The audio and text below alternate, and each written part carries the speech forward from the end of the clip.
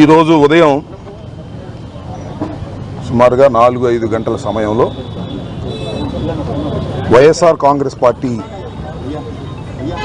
రాష్ట్ర ఆఫీస్ నిర్మాణంలో ఉన్న కట్టడాన్ని నిర్దాక్షిణ్యంగా బుల్డోజర్లు ఇతరత్రా ఉన్న వాహనాలను తీసుకొచ్చి సుమారుగా ఒక 2 గంటల్లోనే పూర్తిగా నిర్మాణంలో ఉన్నటువంటి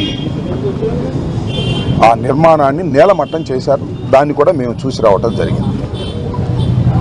ఇది వైఎస్ఆర్ కాంగ్రెస్ పార్టీ ఆఫీస్ కొరకు నిర్మించుకోవాలనేటువంటి ఉద్దేశంతో రాష్ట్ర వ్యాప్తంగా అనేక ప్రాంతాల్లో ప్రభుత్వ స్థలాలను క్యాబినెట్లో పాస్ చేసుకుని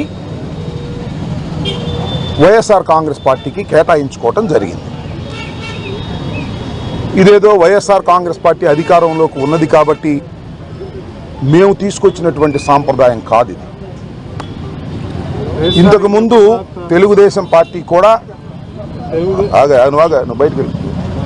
తెలుగుదేశం పార్టీ కూడా వారు అధికారంలో ఉన్నప్పుడు ప్రభుత్వ స్థలాలను వారి ఆఫీసులకు కేటాయించుకొని రాష్ట్ర వ్యాప్తంగా అనేక నిర్మాణాలు చేపట్టిన మాట మీ అందరికీ తెలుసు. ముఖ్యంగా ఇవాళ తాడేపల్లిలో ఉన్నటువంటి వాళ్ళ సెంట్రల్ ఆఫీసు కూడా ప్రభుత్వ స్థలంలో నిర్మించబడినదే. దానిలో ఇంకా కొద్దిగా వాగు పోరంబోక అది కూడా ఆక్రమించుకున్నారనేటువంటి అభియోగాలు ఉన్నాయి. అది కోర్టులో కూడా డిస్ప్యూట్ నడుస్తూ ఉన్నది. మేము ఇక్కడ చాలా పాయింట్అవుట్ చేయాలనుకుంటున్నటువంటి అంశం ఏమిటంటే నిర్మాణంలో ఉన్నటువంటి మా భవనాన్ని నిర్దాక్షిణ్యంగా కక్ష సాధింపుతో ఈ నిర్మాణాన్ని కూల్చివేయటాన్ని ఈ రాష్ట్రంలోనే కాదు దేశంలోనే కాదు ఉన్న ప్రజాస్వామ్యవాదులందరూ ఖండించవలసినటువంటి అంశమని ఈ సందర్భంగా నేను మీ ద్వారా తెలియపరుస్తూ ఉన్నా. పార్టీలకు అతీతంగా ఏ పార్టీలైనా కావచ్చు. ఇవాళ తెలుగుదేశం పార్టీ అధికారంలో ఉండవచ్చు, కూటమి అధికారంలో ఉండవచ్చు. మొన్నటిదాకా మేము అధికారంలో ఉన్నాం.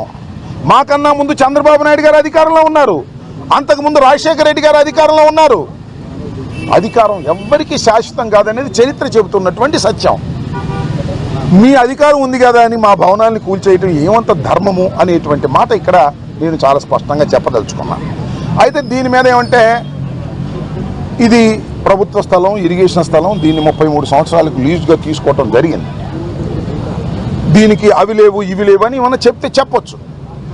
ఏ ఉన్నా లేకపోయినా డ్యూ ప్రాసెస్ని ప్రభుత్వం పాటించాలి. మాకు నిన్న ప్రొవిజనల్ ఆర్డర్ ఇచ్చారు సిఆర్డిఏ వారు. అకార్డింగ్ టు 115 సెక్షన్ ప్రకారం, సిఆర్డిఏ యాక్ట్ ప్రకారం ఒక ప్రొవిజనల్ ఆర్డర్ని సర్వ్ చేశారు. అది ఇచ్చిన తర్వాత 15 రోజుల దాకా టైం ఉంటుంది, సబ్జెక్ట్ టు ది కరెక్షన్. ఈ లోపల మేము హైకోర్టుకు వెళ్ళాం. నిన్న హైకోర్టులో వాదనలు జరిగాయి. వాదనలు జరిగినప్పుడు ప్రభుత్వం వైపు నుంచి కూడా అడ్వకేట్స్ అటెండ్ అయ్యారు. ఆనరబుల్ కోర్టులో వారు ఏం చెప్పారంటే డ్యూ ప్రాసెస్ ప్రకారమే మేము ఫాలో అయ్యి చేస్తాము అని చెప్పారు.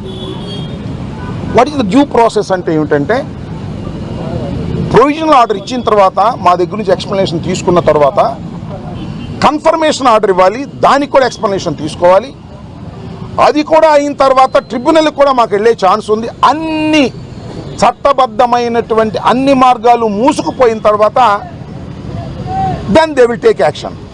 బట్ కానీ ఇవాళ శనివారం, రేపు ఆదివారం, ఇవాళ తెల్లారగట్ట మళ్ళీ మేము కోర్టుకు వెళ్ళే అవకాశం లేదు. ఛాన్స్ తీసుకుని పగలగొట్టేశారు.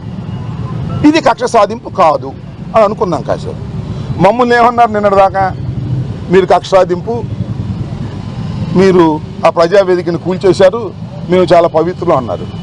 మీరే అంది ప్రజావేదిక ప్రభుత్వాన్ని. ఇది మా పార్టీది, చట్టబద్ధంగా మేము తీసుకున్నటువంటిది. మీరు చట్టబద్ధంగా తీసుకుని ఆఫీస్ కట్టుకున్నారు. మా ఆఫీస్ మీద అంత కడుపు అంటే ఎందుకు? మా రాజకీయ పార్టీ కాదా మాది? మా రాజకీయ కలాపాలు మేము చేసుకోలేమా? చేసుకోకూడదా? ప్రభుత్వ స్థానంలో మీరెట్టా కడతారని మీరు అనొచ్చు. మీరు ప్రభుత్వ స్థానంలో కట్టారు కదా తీసుకుని, మీకు అనే హక్కు ఎక్కడుంది? మేము లీజుకు తీసుకున్నాం కదా, మా లీజు క్యాన్సిల్ చేయాలి కదా, ఎన్ని చట్టబద్ధమైనటువంటి అంశాలు ఉన్నాయి.